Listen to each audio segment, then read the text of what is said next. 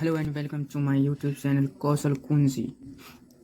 तो कैसे हैं आप लोग? आशा करते हैं स्वस्थ होंगे, मस्त होंगे, ज़बरदस्त होंगे और अच्छे से पढ़ाई कर रहे होंगे। तो welcome to my YouTube channel. In this session we are going to discuss about module 3 that is metallurgy. हम लोगों ने इससे पहले इस फिटर ट्रेड थ्योरी का सेकेंड ईयर जो है उसमें मिनी क्वेश्चन बैंक का जो है इसका मॉडल फर्स्ट और मॉड्यूल सेकेंड यानी कि स्क्रू और स्लिप गेज को संपूर्ण रूप से ख़त्म कर चुके हैं। जो भी पिछले साल पूछा गया है क्वेश्चन बैंक के अंतर्गत जितना भी क्वेश्चन दिया जाता है उसको हम लोग ख़त्म कर चुके हैं। यदि आपने इस वीडियो को नहीं देखा है तो पहले आप उन वीडियो को देख लीजिए ताकि आपको आगे की चीज़ें समझ में आती जाए। तो इसको मैंने कंप्लीट कर लिया है, 2 को। आप भी प्लेलिस्ट में जाइए, ITI CBT एग्ज़ाम 2025 के नाम से प्लेलिस्ट बना होगा, उसमें आप ये सारे पार्ट्स देख सकते हैं। तो चलिए, हमारा आज का सेशन है मॉड्यूल 3 मेटलर्जी, इसको पढ़ेंगे। ठीक है, चलिए शुरू करते हैं। तो चलिए शुरू करते हैं। हमारा पहला क्वेश्चन है, रासायनिक संयंत्र में खाद्य प्रोसेसिंग में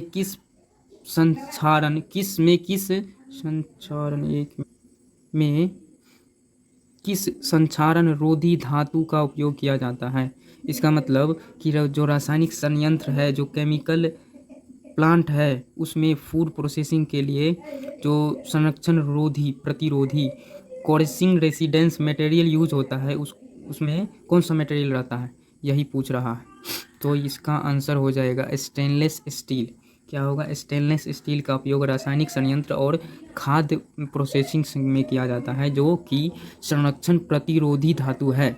ठीक है, चलिए नेक्स्ट क्वेश्चन देखते हैं। इस क्वेश्चन का कहना है कि स्टील घटक की संरचना को परिष्कृत करने की प्रक्रिया क्या है? यानी कि ये जा रहा है,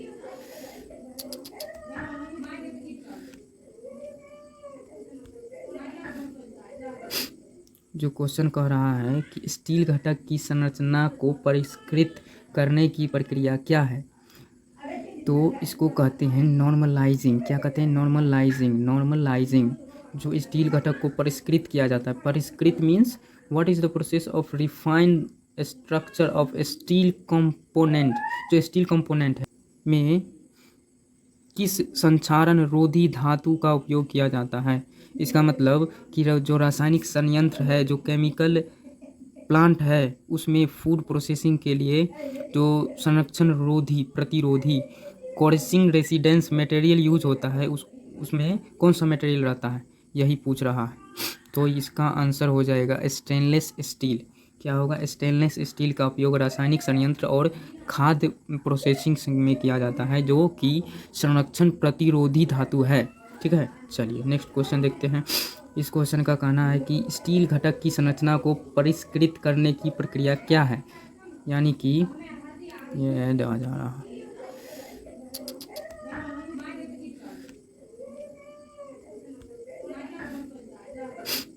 जो क्वेश्चन कह रहा है कि स्टील घटक की संरचना को परिष्कृत करने की प्रक्रिया क्या है, तो इसको कहते हैं नॉर्मलाइजिंग। क्या कहते हैं? नॉर्मलाइजिंग।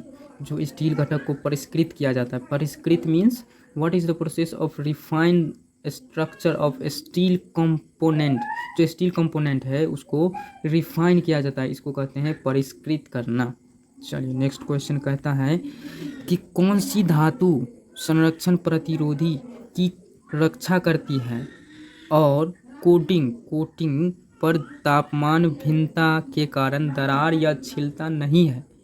जो सवाल कर रहा है, सवाल को पहले समझा जाए कि जो धातु संक्षारण रोधी प्रतिरोधी की रक्षा करती है, ऐसे धातु का नाम पूछ रहा है जो धातु संरक्षण प्रतिरोधी की रक्षा करती है और कोटिंग तापमान पर भिन्न कारण के दरार या छीलन नहीं होता, तो इसका नाम है जस्ता। क्या है? जस्ता। नेक्स्ट क्वेश्चन है कि स्टील की किस संरचना में 0% कार्बन होता है?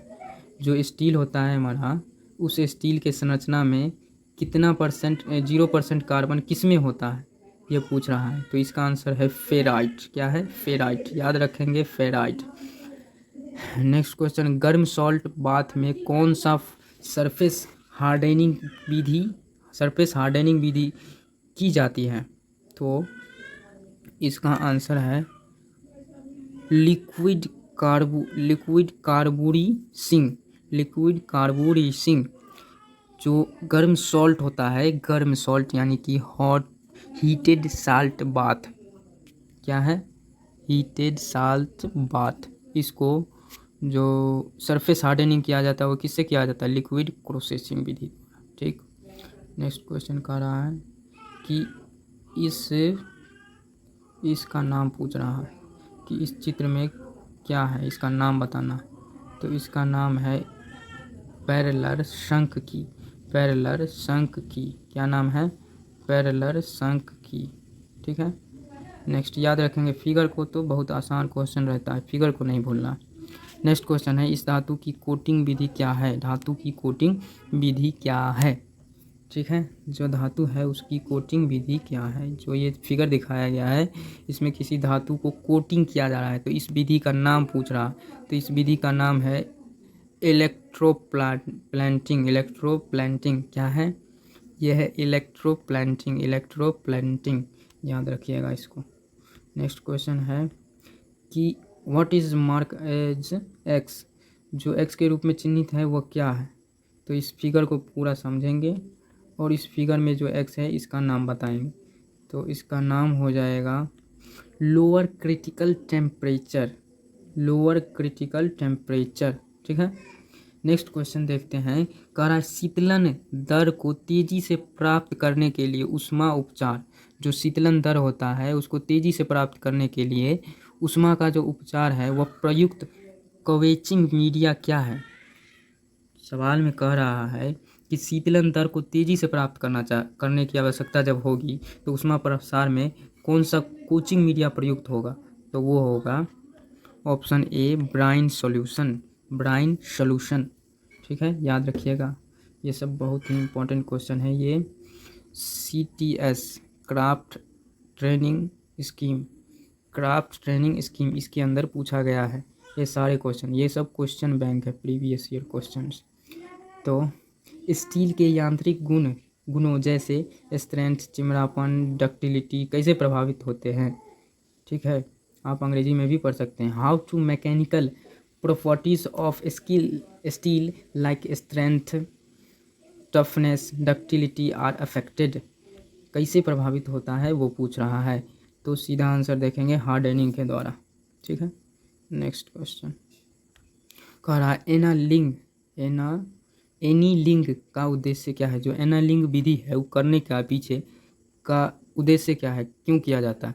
टू ऑफ्टेन द स्टील को नरम करने के लिए। ठीक है। नेक्स्ट क्वेश्चन है यदि हब या पुल्ली को अम्लीय रूप से कुछ दूरी तक सॉफ्ट पर स्लाइड करना है तो किस प्रकार की कुंजी का उपयोग किया जाता है? इसमें सवाल को समझते हैं पहले।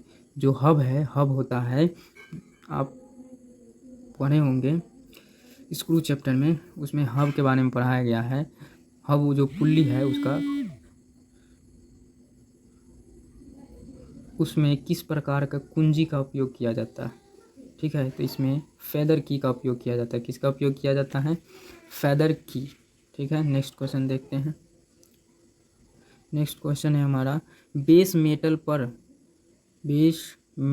पर मेटल की परतों को रोल या लेयर्स खींचने के द्वारा किए गए धात्विक कोटिंग होता है उसको किस विधि के द्वारा किया जाता है, या उस विधि का नाम क्या है सो पूछ रहा। तो उस विधि का नाम है क्लेंडिंग विधि। क्या नाम है? क्लेंडिंग विधि। सरफेस हार्डनिंग की विधि क्या है? फिगर को याद रखेंगे, फिगर ध्यान में रखिएगा। इसमें विधि का नाम है फ्लेम हार्डनिंग। याद रखिएगा, इस विधि का नाम है फ्लेम हार्डनिंग। ठीक। नेक्स्ट क्वेश्चन, एक नई संरचना बनाने के लिए तेजी से ठंडा होने वाले गर्म स्टील का नाम क्या है?